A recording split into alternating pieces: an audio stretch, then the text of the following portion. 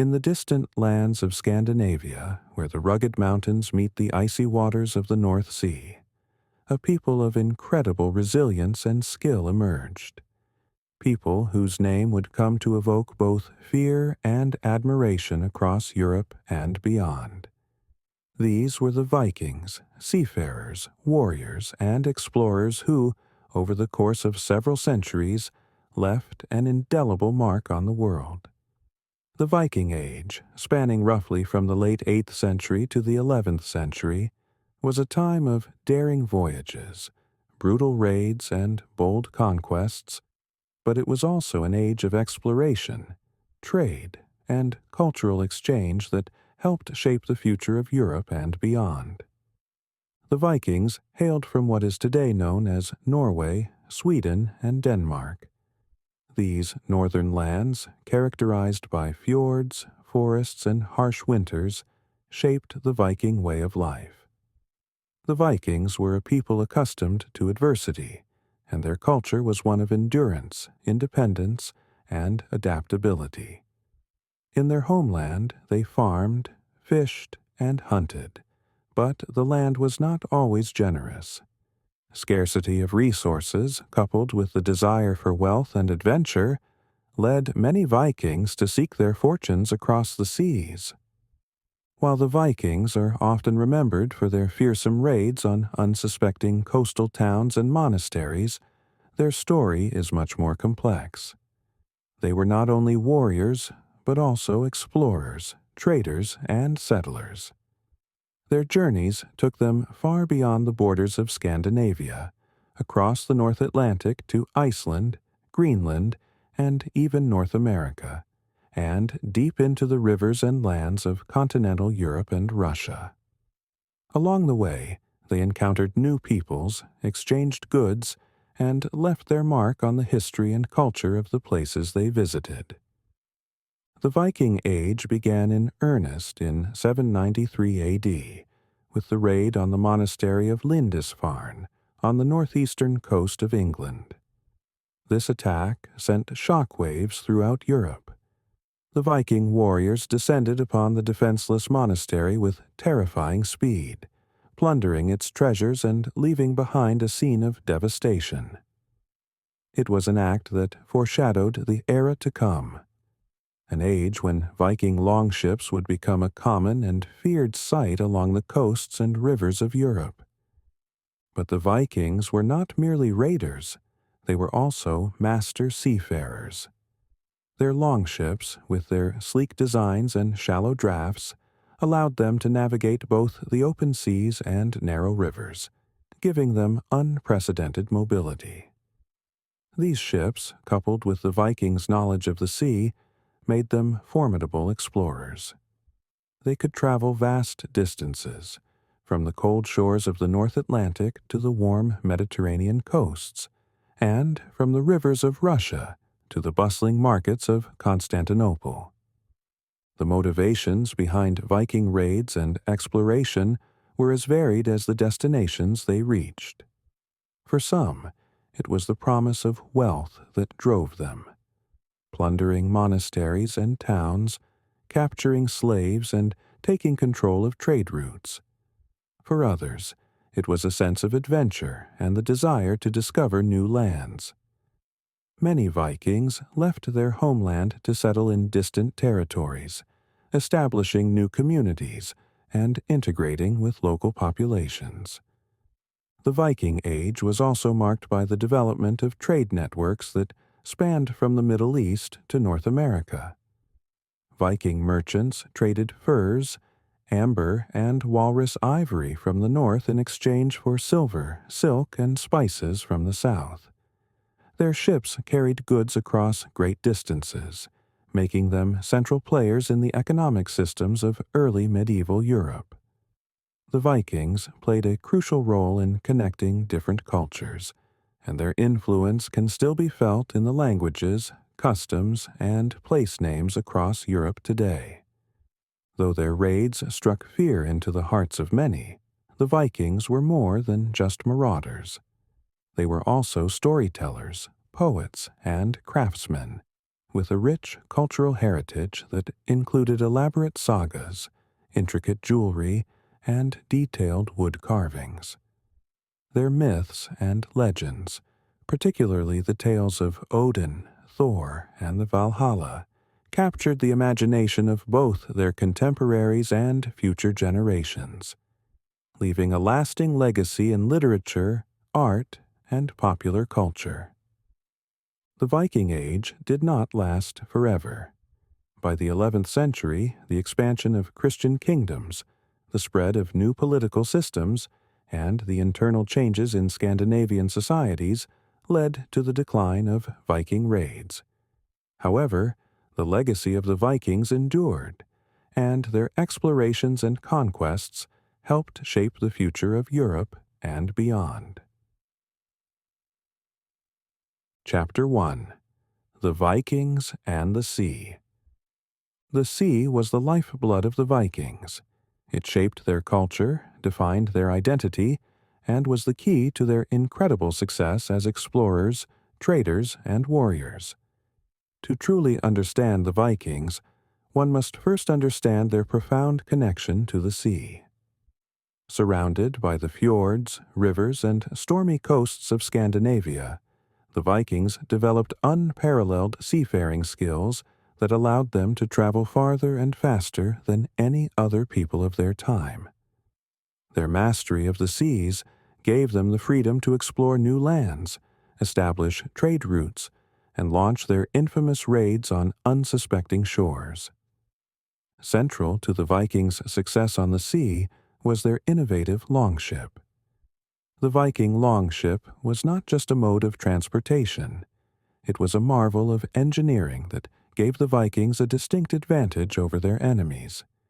These sleek wooden vessels were designed to be fast, flexible, and able to navigate both the open ocean and shallow rivers with ease. The longships were the perfect tool for the Viking way of life, which required mobility, speed, and the ability to strike at a moment's notice. The design of the longship was revolutionary for its time. Built using overlapping planks of wood, a technique known as clinker building, these ships were light yet incredibly strong. This method of construction made the longships flexible, allowing them to bend with the waves and withstand the rough seas of the North Atlantic. They were also long and narrow, with a shallow draft that allowed them to sail in waters as shallow as 3 feet. This meant that Vikings could beach their ships directly on shore, launch surprise attacks, and then retreat quickly before their enemies had time to organize a defense. One of the most remarkable aspects of the longship was its ability to function equally well in the open ocean and in rivers. The Vikings could sail across the rough waters of the North Sea, and then move up narrow rivers deep into the heart of Europe, allowing them to raid inland towns and monasteries that had never before been vulnerable to seaborne attacks. This mobility made the Vikings unpredictable and difficult to defend against, as they could appear seemingly out of nowhere, strike quickly, and disappear just as fast. The longship was also equipped with a large, square sail made of wool, which could be hoisted when the wind was favorable, allowing the Vikings to cover great distances at incredible speeds. When there was no wind, or when they needed to navigate narrow waterways, the crew would take to their oars, rowing in unison to propel the ship forward. Each longship typically had between 16 and 32 oarsmen, depending on the size of the vessel, and the rhythmic sound of their rowing would echo across the water as they powered the ship toward their destination. For the Vikings, the sea was not just a physical barrier to be crossed, but a gateway to opportunity. The North Sea, Baltic Sea, and the vast North Atlantic were highways that connected them to new lands, rich trade networks, and potential conquests. The Vikings used the sea to explore territories far beyond Scandinavia, reaching places like the British Isles, the coasts of France, Spain, and even the Mediterranean. Their longships carried them to Iceland, Greenland, and eventually North America, lands that had never been explored by Europeans before. Navigating the open sea without modern technology was no easy feat, but the Vikings were skilled navigators who relied on their deep knowledge of the environment. They used the position of the sun, the stars, and the horizon to determine their direction. When the weather was clear, the sun provided an excellent guide during the day, while at night the Vikings turned to the North Star, also known as Polaris, to help them maintain their course. On cloudy days, when neither the sun nor the stars were visible, they used other natural signs, such as the flight patterns of birds or the color and movement of the waves, to find their way. One of the most fascinating tools attributed to the Vikings was the sunstone, a legendary navigational aid that may have helped them locate the sun even when it was hidden by clouds or fog. While the exact nature of the sunstone remains debated, some historians believe it was a type of crystal that could polarize light, allowing the Vikings to find the sun's position by observing the way light passed through the stone. Whether or not the sunstone was real, it speaks to the ingenuity of Viking sailors and their ability to navigate the treacherous seas with minimal equipment.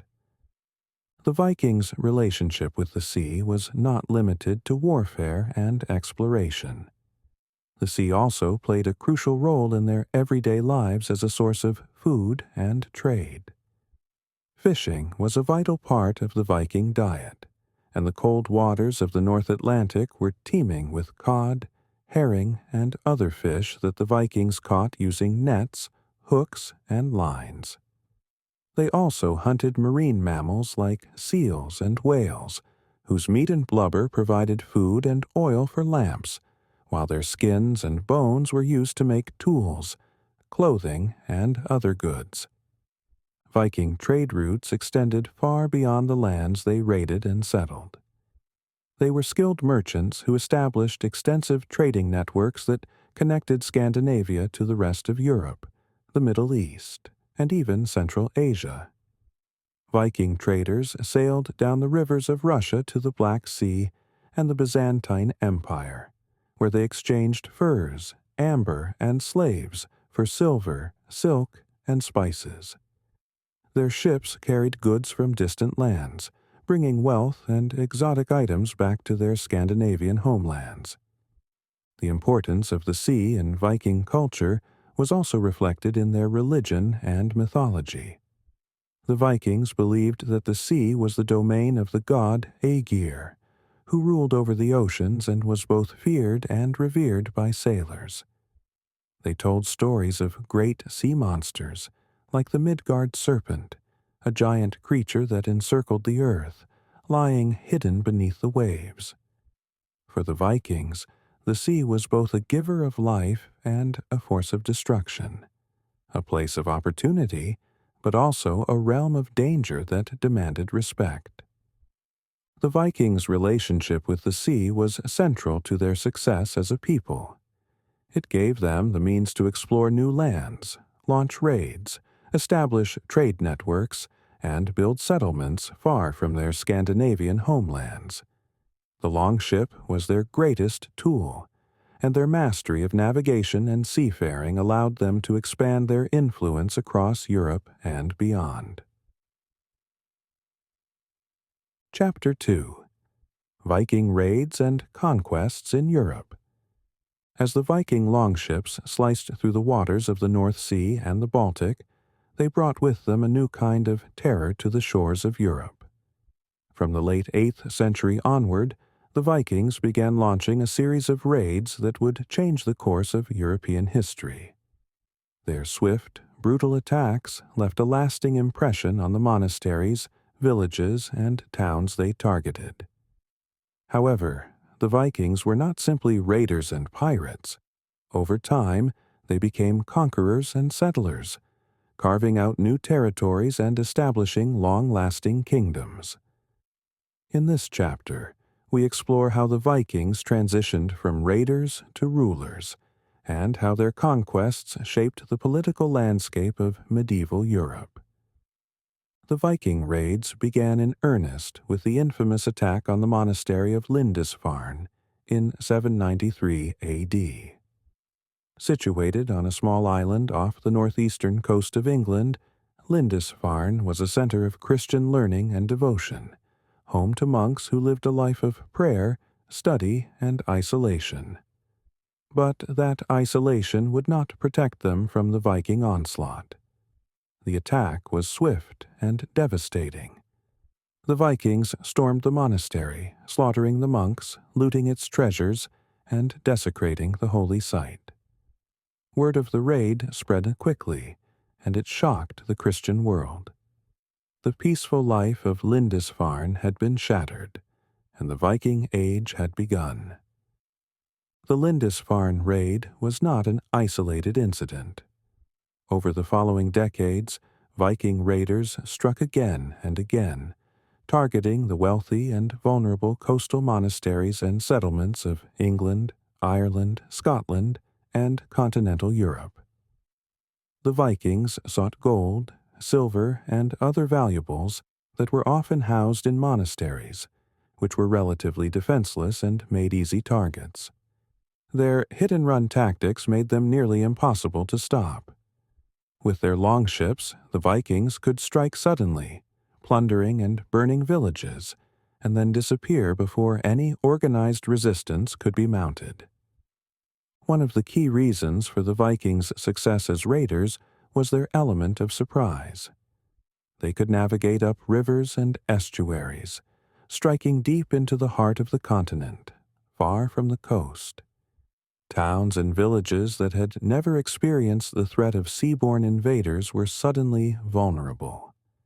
Viking ships appeared out of nowhere, their dragon-headed prows cutting through the mist, and their warriors spilling onto the shore in a frenzy of violence. The psychological impact of these raids was profound. Local populations lived in constant fear of the next attack, never knowing when or where the Vikings would strike.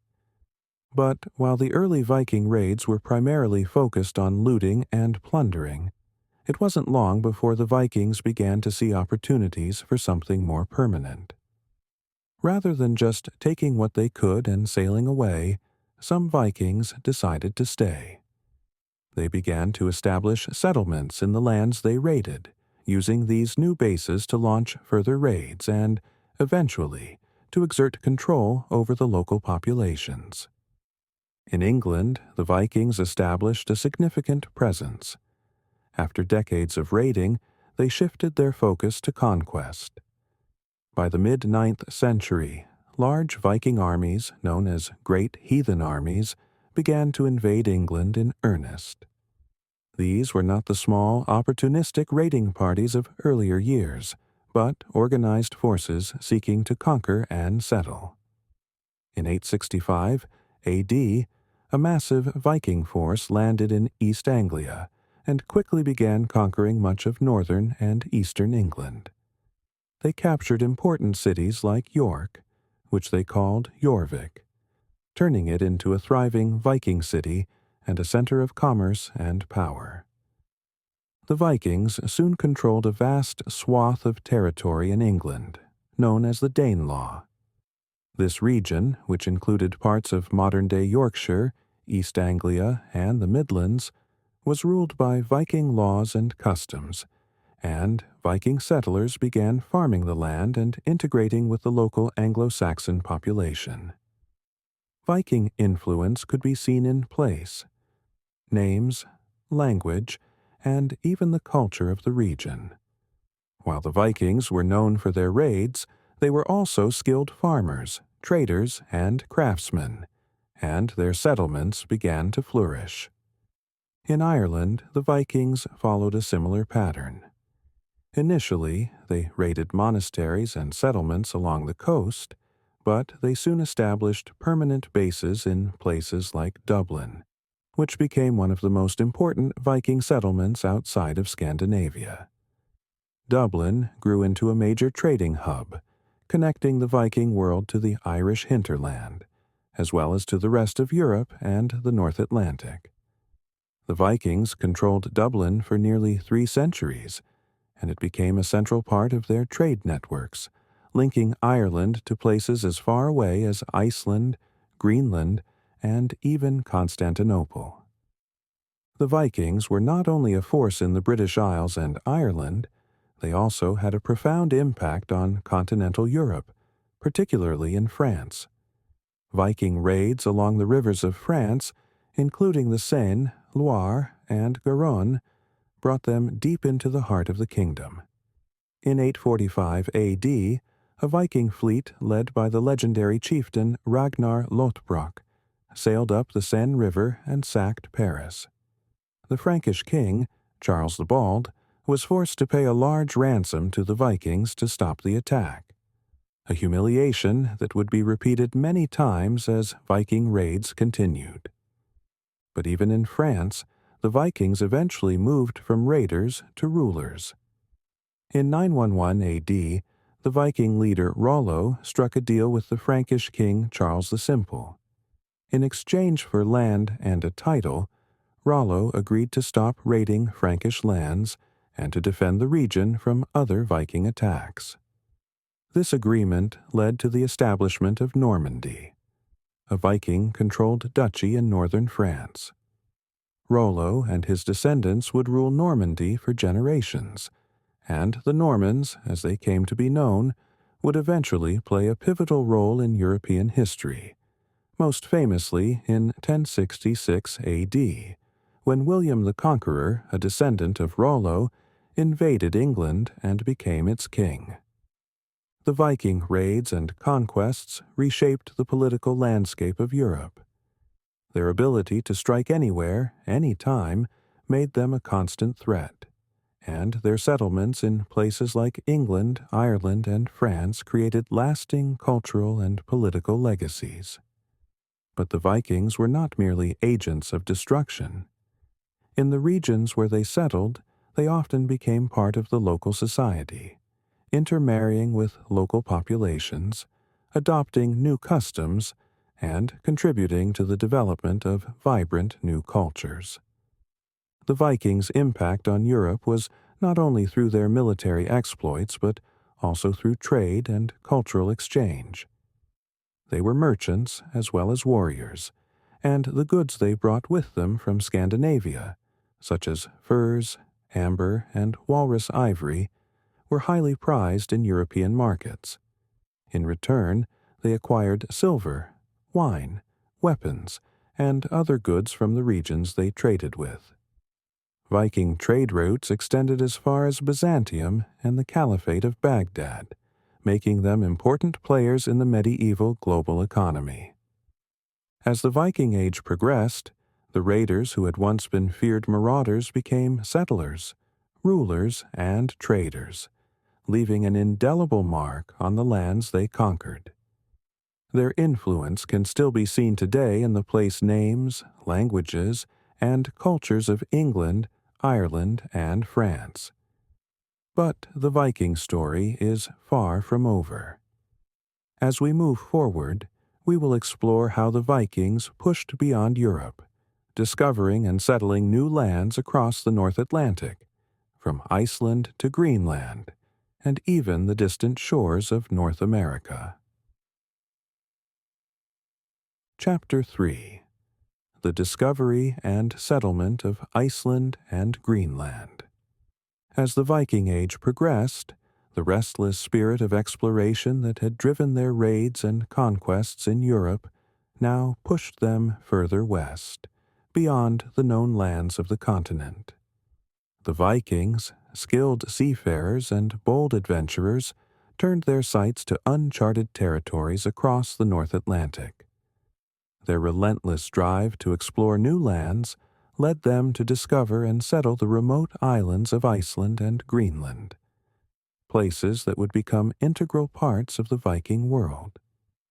In this chapter, we will follow their remarkable journeys to these distant lands, where they carved out new homes in some of the harshest and most challenging environments on Earth. The story of Viking exploration into the North Atlantic begins with the discovery of Iceland. The island was likely known to some seafarers long before the Vikings arrived, but it wasn't until the late 9th century that Norse settlers began to colonize the island in significant numbers.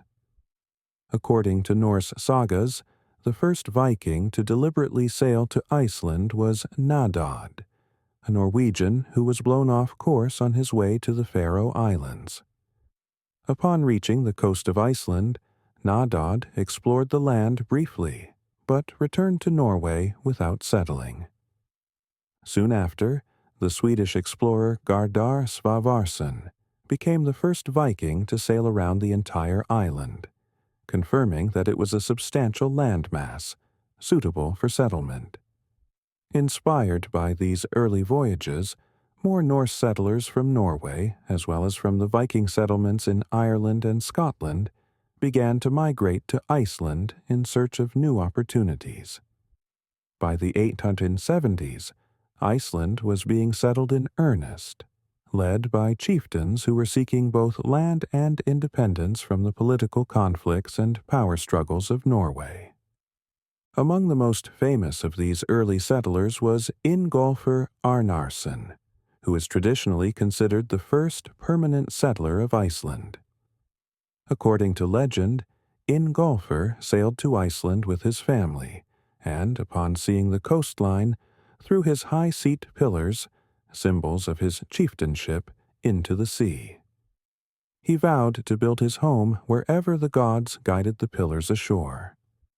The pillars were found on a site near present-day Reykjavik, and it was there that Ingolfur established his farm, laying the foundation for what would later become Iceland's capital city. The Vikings quickly adapted to their new home, and the Icelandic landscape, with its rugged mountains, volcanic terrain, and abundant geothermal springs, became a place of both challenge and opportunity.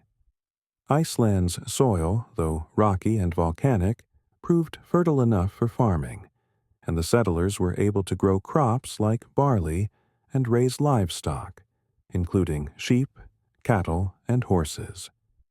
The island's many rivers and coastal waters provided ample opportunities for fishing, while the abundance of timber allowed the Vikings to build their characteristic longhouses and boats. Life in Iceland was harsh, but the Vikings thrived in this new land. They established a unique society based on the principles of local governance and cooperation. In 930 AD, the settlers founded the Althing, one of the world's oldest parliaments, which met annually at Thingvellir to resolve disputes, create laws, and discuss matters of importance to the community. The Althing was a remarkable institution, reflecting the Viking emphasis on collective decision-making and legal frameworks, even in the most remote and challenging of environments. But the Vikings were not content to stop at Iceland. Their spirit of exploration and discovery continued to push them further west, toward an even more remote and inhospitable land, Greenland. The story of Greenland's settlement is inextricably linked with one of the most famous Viking explorers, Erik the Red. Erik the Red, born in Norway, was exiled from Iceland after committing a series of violent crimes.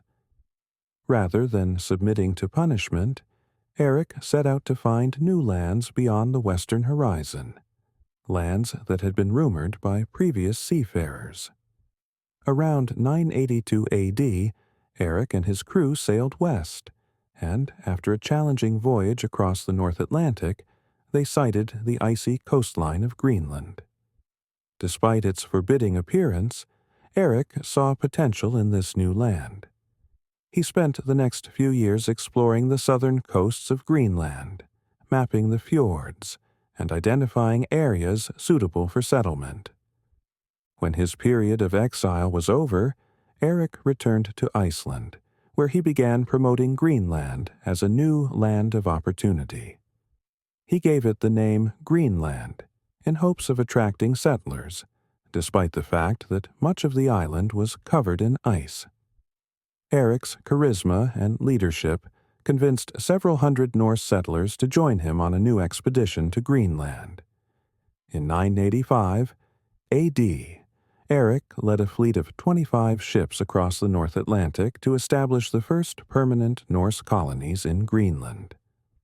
Though only 14 ships survived the treacherous journey, those that made it founded two main settlements on the island's southwestern coast, the Eastern Settlement and the Western Settlement. Life in Greenland was even harsher than in Iceland.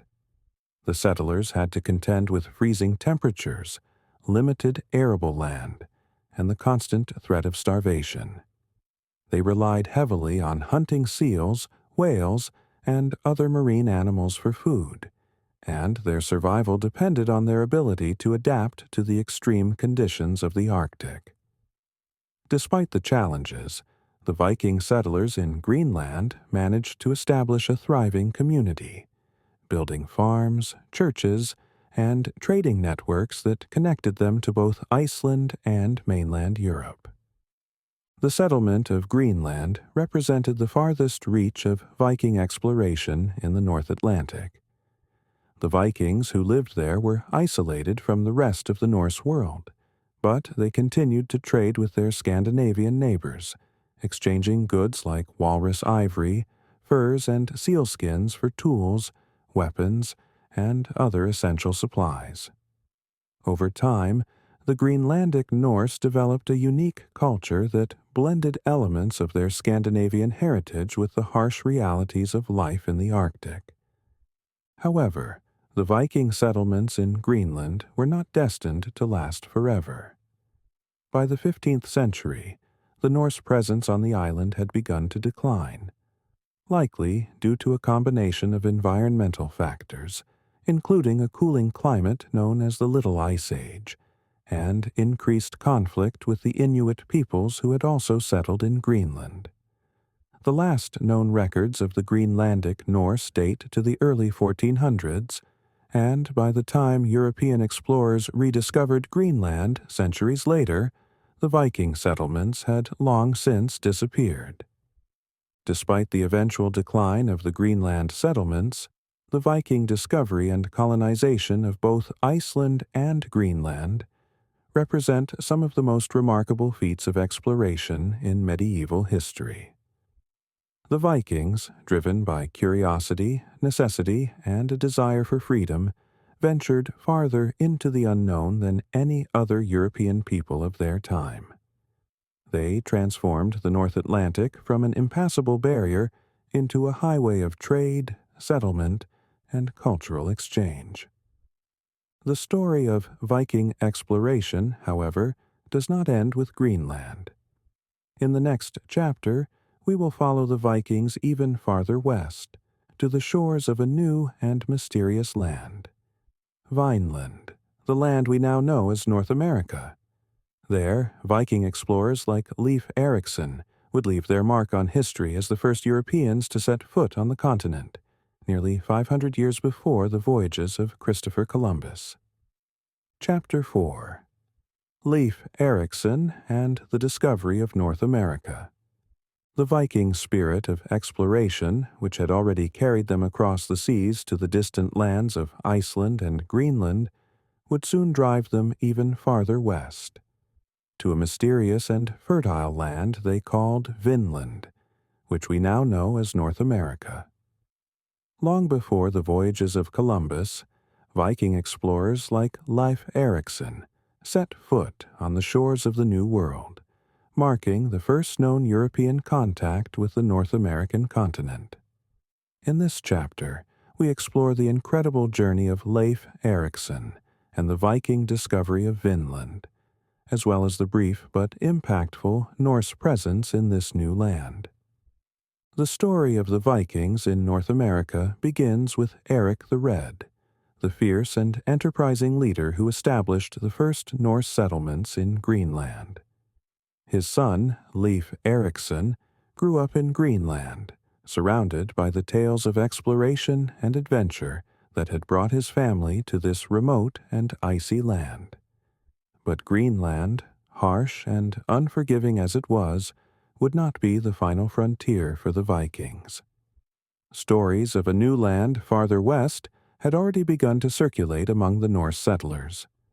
According to the Norse sagas, it was an Icelandic mariner named Bjarni Herjolfsson who first sighted the distant shores of North America, though he never set foot there.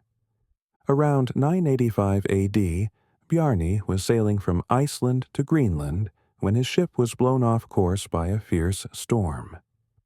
After days of drifting, Bjarni and his crew sighted a land covered in forests and gently rolling hills, very different from the icy, treeless shores of Greenland. However, eager to return to his family in Greenland, Bjarni did not explore this new land, and instead turned his ship back toward Greenland. Upon his arrival, he shared his discovery with the Norse settlers, planting the seeds of curiosity in the minds of those who longed for new horizons. One of the men most intrigued by Bjarni's story was Leif Erikson, who by this time had become an accomplished seafarer in his own right. Inspired by the tales of a fertile, forested land beyond Greenland, Leif set out around the year 1000 A.D. to explore it for himself. Leif gathered a crew of about 35 men and sailed westward from Greenland, following the route described by Bjarni. After several days at sea, they finally sighted land. Leif and his crew first landed on a barren, rocky coast, which they named Helluland, meaning land of flat stones. This is believed to be modern-day Baffin Island, located in the Canadian Arctic archipelago. Finding the land inhospitable, they continued southward and soon encountered another land, this one covered in dense forests. They named it Markland, or Land of Forests, what we now recognize as Labrador in present-day Canada. While Markland was more promising than Helluland, it was not the fertile, abundant land they were seeking, so they pressed on further south. At last, they reached a place that fit the description of the land Bjarni had seen, a region with rich forests, meadows, and rivers teeming with fish. They called it Vinland, the land of wine, because of the wild grapes they found growing there. It is widely believed that Vinland was located somewhere along the coast of modern-day Newfoundland, Canada, although the exact location remains a subject of debate among historians and archaeologists. Leif and his crew established a temporary settlement in Vinland, building several wooden houses and exploring the surrounding area. The sagas describe Vinland as a bountiful land, filled with resources that were scarce in Greenland, such as timber, fertile soil, and an abundance of wild game. The Vikings spent the winter in Vinland, hunting, fishing, and gathering supplies to take back to Greenland. According to the sagas, they encountered a people they referred to as Skraelingar, likely the indigenous peoples of the region, although these interactions were brief and not well documented in Norse accounts. Leif Erikson's successful journey to Vinland marked the first known European exploration of North America, centuries before Columbus or any other European explorers set foot on the continent. The Norse sagas, particularly the saga of the Greenlanders and the saga of Eric the Red, preserve the memory of these voyages, though the details of the Norse presence in North America remain somewhat elusive due to the fragmentary nature of these sources. After spending the winter in Vinland, Leif and his crew returned to Greenland, bringing with them tales of the new land and its riches. The news of Vinland sparked further expeditions from Greenland, and over the next several years, more Norse explorers, including Leif's brother Thorvald Erikson, ventured to Vinland in hopes of establishing a permanent settlement. However, despite its promise, Vinland proved difficult to colonize. The harsh winters, the long distance from Greenland, and the hostile encounters with the indigenous peoples made it challenging for the Vikings to maintain a foothold in North America. Thorvald's expedition, in particular, ended in tragedy. After a skirmish with the local inhabitants, Thorvald was fatally wounded by an arrow. His crew buried him in Vinland before returning to Greenland, where they reported the difficulties they had faced in the new land. Other attempts to settle Vinland followed, including an expedition led by Thorfinn Karlsefni, another prominent Viking explorer. Thorfinn's group included both men and women, and they attempted to establish a more permanent colony in Vinland. But after several years of struggling against the elements and conflicts with the indigenous peoples, they, too, abandoned the effort and returned to Greenland. The Norse presence in North America was brief, lasting only a few decades, and by the early 11th century, the Vikings had largely abandoned their attempts to settle Vinland. However, their explorations left a lasting mark. Leif Erikson is remembered as the first European to set foot on North American soil, a pioneering explorer who opened the door to the New World long before the age of exploration began. While the Norse expeditions to Vinland may not have led to permanent colonization, they represent a remarkable chapter in the history of exploration. The Vikings had ventured farther than any European people before them, reaching a new continent and leaving behind traces of their presence that would not be rediscovered for centuries. The remains of a Norse settlement at Las Meadows, on the northern tip of Newfoundland, were uncovered in the 1960s, providing archaeological evidence of the Viking presence in North America. Though the Viking presence in North America was short-lived, it was a testament to their extraordinary seafaring skills, courage, and curiosity. They were not simply raiders or conquerors, but explorers who sought out new lands and faced the unknown with a spirit of adventure that continues to inspire us today. Chapter 5. The End of the Viking Age. The Viking Age, which began with raids on coastal towns and monasteries across Europe and culminated in daring voyages to distant lands like Iceland, Greenland, and North America, was a period of extraordinary expansion, exploration, and cultural influence.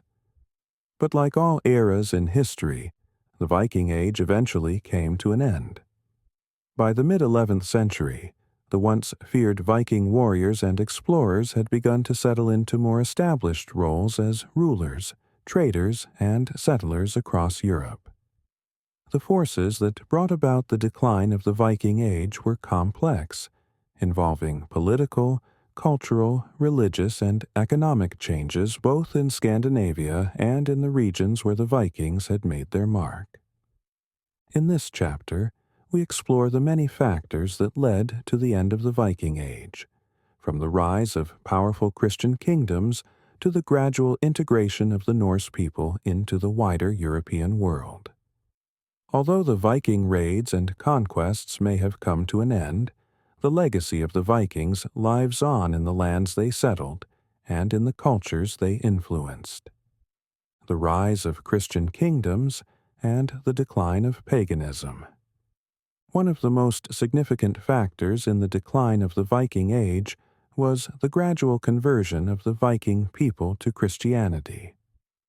The Vikings had long practiced a pagan religion that centered around a pantheon of gods and goddesses, including Odin, Thor, and Freya, and their religious beliefs were deeply intertwined with their culture of warfare, exploration, and conquest.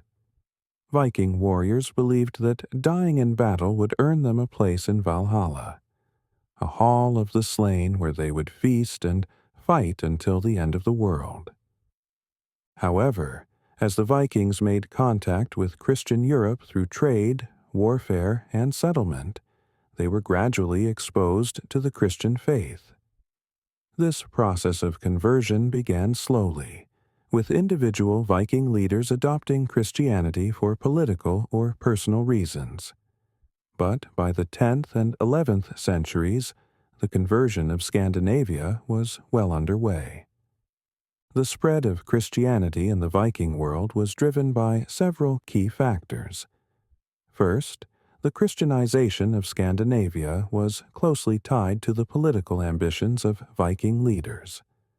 Many Viking kings and chieftains saw Christianity as a way to legitimize their rule and gain the support of powerful Christian monarchs in Europe.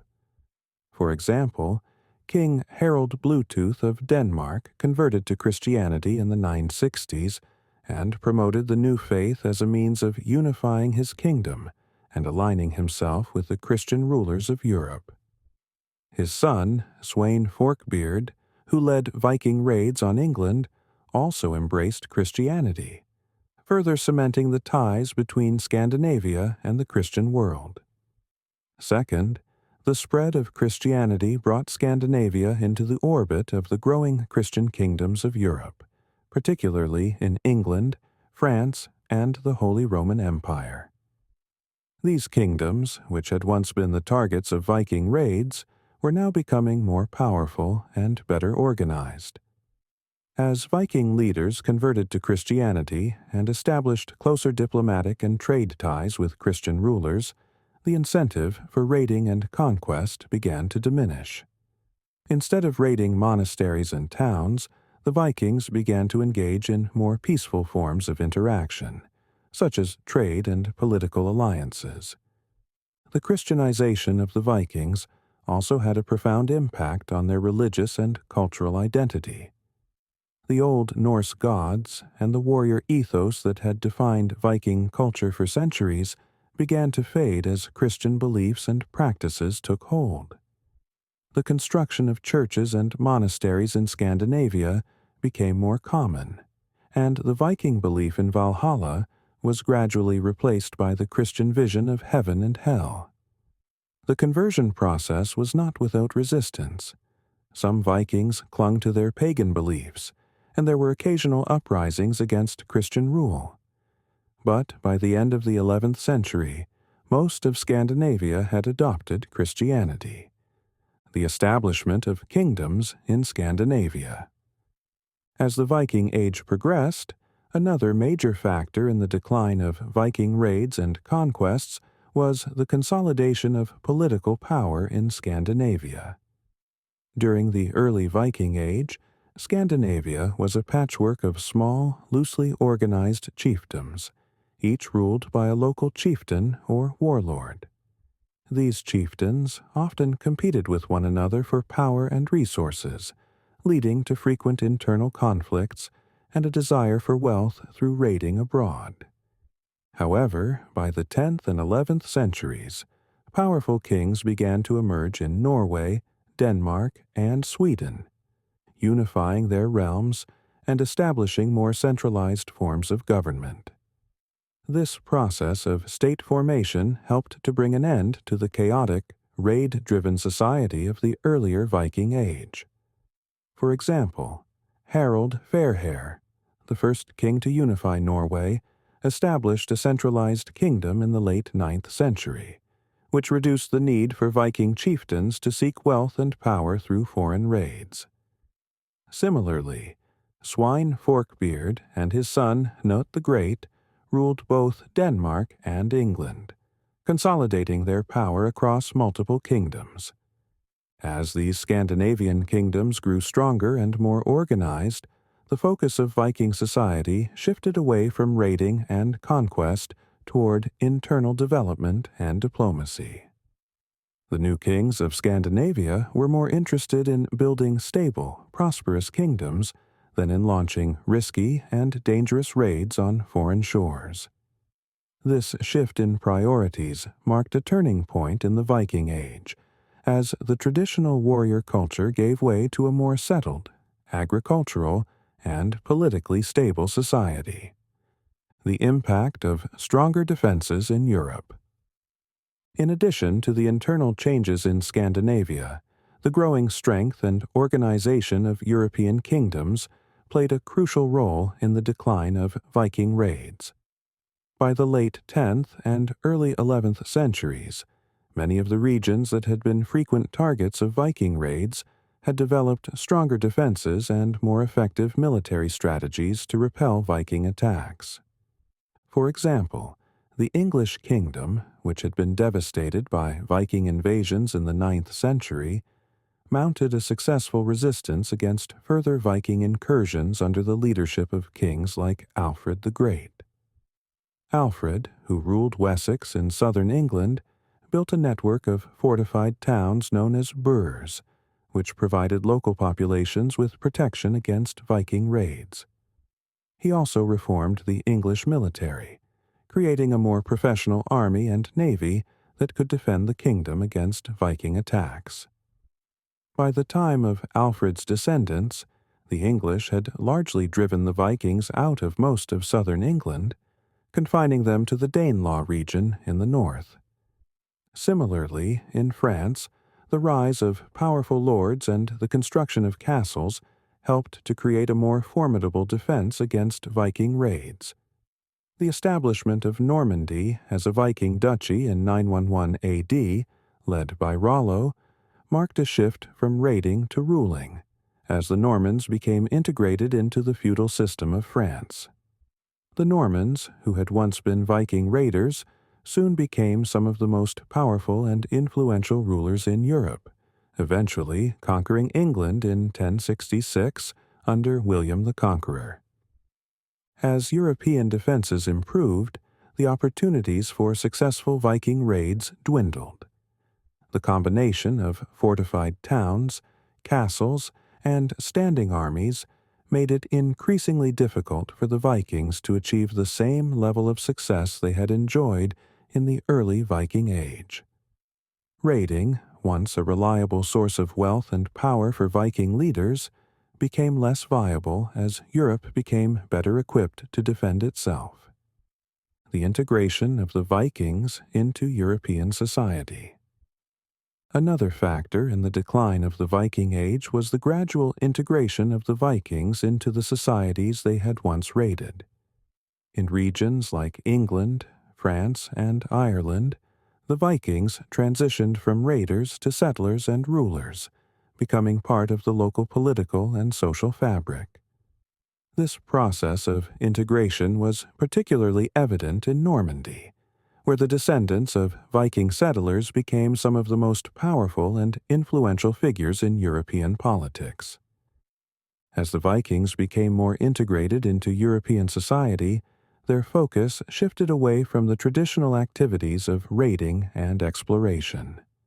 Instead, they turned their attention to farming, trade, and governance. Viking settlements in places like Dublin, York, and Normandy became centers of commerce and culture, where Norse and local traditions blended to create new, hybrid societies. In addition to their integration into European politics, the Vikings also played a key role in expanding trade networks across the continent. Viking merchants established trade routes that stretched from Scandinavia to Constantinople and the Middle East, exchanging goods such as furs, amber, and slaves for silver, silk, and spices. As the Vikings became more involved in trade, their reliance on raiding diminished, further contributing to the decline of the Viking Age. The legacy of the Viking Age. Although the Viking Age came to an end by the late 11th century, the legacy of the Vikings endured long after their raids and conquests ceased. The impact of the Vikings can be seen in the languages, cultures, and political structures of the regions they once dominated. Place names of Norse origin can still be found across the British Isles, Ireland, and northern France, and the influence of Viking law and governance shaped the development of medieval European kingdoms. In Scandinavia, the Vikings left behind a rich cultural heritage, including the sagas, poetry, and mythology that continue to capture the imagination of people around the world. The Viking reputation for fearlessness, independence, and exploration has inspired countless works of literature, art, and film, cementing their place in the popular imagination. The Viking Age, spanning roughly 3 centuries from the late 8th to the 11th century, was a time of extraordinary expansion, exploration, and transformation. The Vikings, once feared for their raids and conquests, evolved into settlers, traders, and rulers who left an indelible mark on the regions they touched. From their Scandinavian homelands, they ventured far beyond the borders of Europe, navigating treacherous seas to reach new lands such as Iceland, Greenland, and even North America, centuries before other European explorers. The Viking legacy is complex and far-reaching. Their raids and military prowess brought fear to the coasts of Europe, but they were also agents of change, shaping the political, cultural, and economic landscapes of medieval Europe. The Danelaw in England, the Norse settlements in Ireland, and the creation of Normandy in France all bear witness to the Vikings' ability to integrate into the societies they once targeted. Their influence on language, law, and culture continues to be felt in these regions today. Beyond their conquests, the Vikings were exceptional seafarers and explorers. Their longships, unmatched in their design and versatility, allowed them to sail vast distances and explore territories that were previously unknown to Europeans. The journeys of Leif Erikson and others to Vinland, modern-day North America, remain one of the most remarkable chapters in the history of exploration, demonstrating the Vikings' relentless curiosity and spirit of adventure. As the Viking Age drew to a close, several factors contributed to its decline. The conversion to Christianity, the rise of powerful kingdoms in Scandinavia, and the strengthening of defenses in Europe all played a role in bringing an end to the Viking raids. The Vikings themselves became more integrated into the political and social structures of Europe, transitioning from warriors to landowners, rulers, and traders. Their legacy was carried forward not through continued raids, but through the lasting influence they left on the regions they settled. Despite the end of the Viking Age, their legacy endures. The Viking myths and sagas, filled with tales of gods, heroes, and legendary voyages, continue to inspire and captivate the imagination. The image of the Viking as both a fearsome warrior and a daring explorer remains deeply embedded in popular culture, celebrated in books, films, and television series. The Vikings were a people defined by their adaptability, resilience, and willingness to embrace the unknown. They ventured into the farthest reaches of the known world, facing incredible dangers and challenges, yet they thrived in even the most inhospitable environments. From the icy shores of Greenland to the lush forests of Vinland, the Vikings left a lasting legacy that transcends their raids and battles. They were not just conquerors, they were pioneers, explorers, and creators of new worlds.